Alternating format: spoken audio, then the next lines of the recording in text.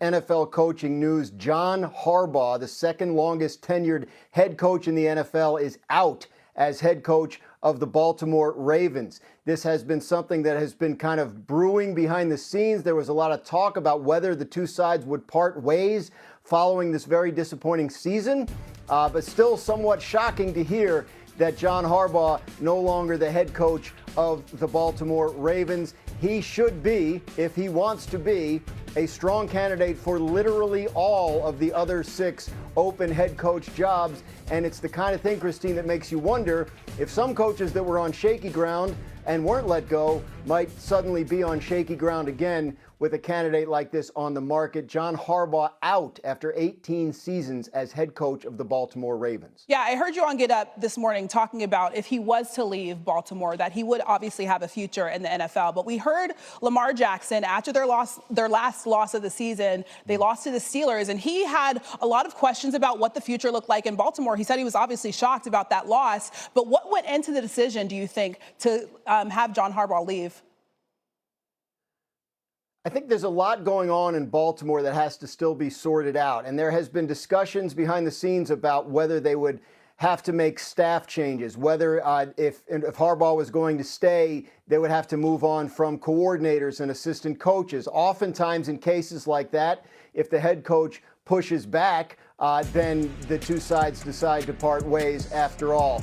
There's a big decision looming in Baltimore regarding Lamar Jackson, who has 2 years left on his contract and whose salary cap number balloons to nearly $75 million next year. He's due for an extension. The last time that happened, it was kind of ugly. Lamar Jackson demanded a trade. It got nasty between him and the team. Possible that John Harbaugh didn't feel like he wanted to go through that again. Much more about this will come out. But suffices to say, Christine, that things have not been good in Baltimore for a while. This is not the kind of thing that's just a knee-jerk reaction to getting eliminated from the playoffs on the final day of the season. Yeah, there were obviously reports that the two of them weren't getting along, but now Lamar Jackson is still in Baltimore. So what do you think this means for the future of Lamar as the quarterback of the Ravens? Well, I think a decision like this, Christine, tells you that anything is on the table. And the Baltimore Ravens have to decide, do they want to extend Lamar Jackson again? If not, do they want to move on from him and maybe put him on the trade market and see what kind of haul they could get for a 2-time MVP quarterback still in his prime? Do they want to just carry that cap number and let him play it out and see how the next 2 years go? I think all options are on the table, but whoever the next head coach of the Ravens is going to have to be a big part of those decisions. So obviously now we wait to find out who that's going to be. It's been a very, very long time since the Ravens have gone through this process, so it's hard to really handicap what they have in mind. All right, we'll see what happens this offseason with the Ravens. As we mentioned, Adam Schefter reporting that John Harbaugh is out of Baltimore as the head coach. Dan Graziano, thank you very much. Harbaugh is out as the Ravens head coach after 18 seasons. He was the second longest tenured coach in the league behind the guy that beat him last week, Mike Tomlin. Harbaugh won a Super Bowl in 2012, but is 4-7 in the playoffs since then. Of course, Harbaugh led the Ravens to a win over the 49ers in Super Bowl 47. His 193 wins, which includes the playoffs, are tied for the 12th most in NFL history. His Ravens have won 6 division titles. As we welcome in Dan Graziano to have a little bit more about this conversation. Dan, for the people that weren't here a little bit earlier in the show when we broke this news, what went into this decision?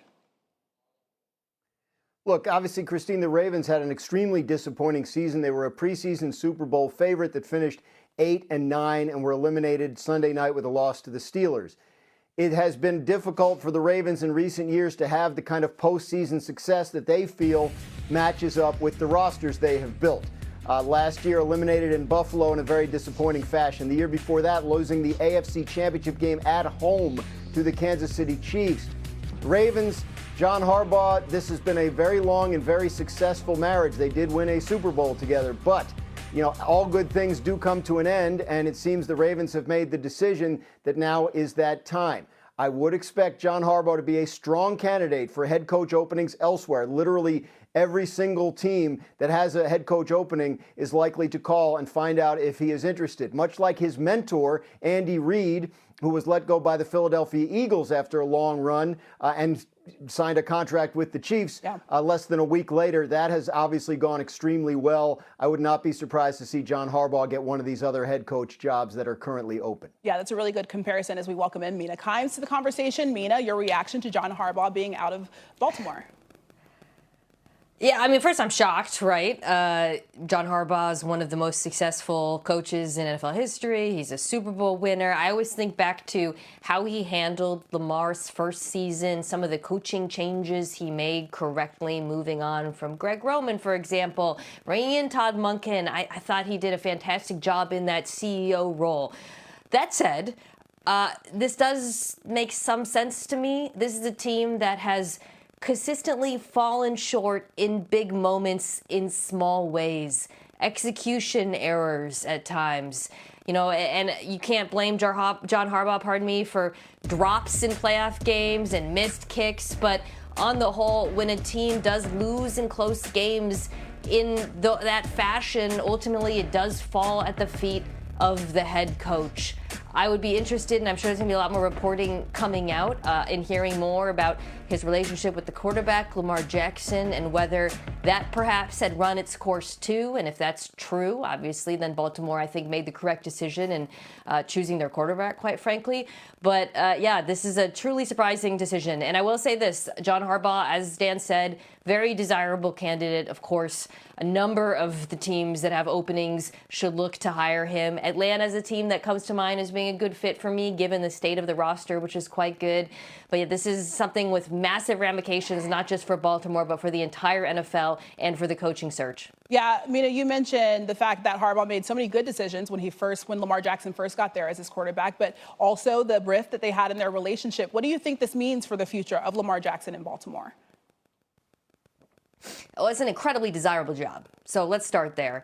I will say, I think the Ravens roster, it was maybe a little bit overrated, by myself included, headed into the season, but by a lot of folks. You saw some of the holes pop up. Obviously, they lost their best pass rusher, Justin Madubuike, but Nandi Madubuike, pardon me. But there was other issues on the roster, inability to get pressure, some issues on the back end as well. Tackling, we saw that in the final game. They don't have a wide receiver one, some problems on the offensive line. It's still a very good team.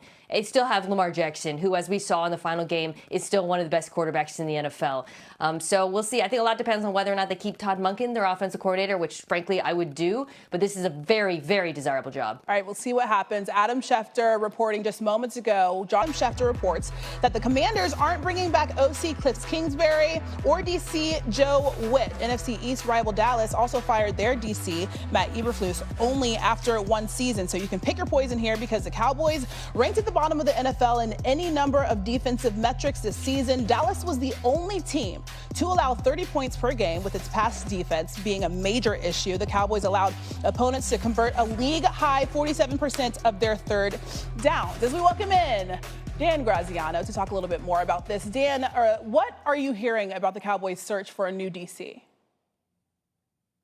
It'll be their fourth different defensive coordinator in a 4-year stretch, Christine, so they really want to get it right this time.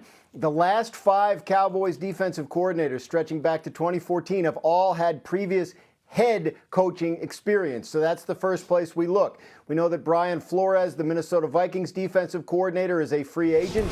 He's able to take another D coordinator job if he wants, but he's also going to probably get some head coach interest from some teams, and the Vikings want him back. So that might be a tough one. You see Jeff Ulbrich there, the Falcons defensive coordinator who finished last year as the Jets interim head coach, and a couple of guys that were head coaches until about 2 days ago, Jonathan Gannon and Raheem Morris. So that's a list of potential candidates. If they don't want to go the former head coach route, there are some assistants that are of interest to them.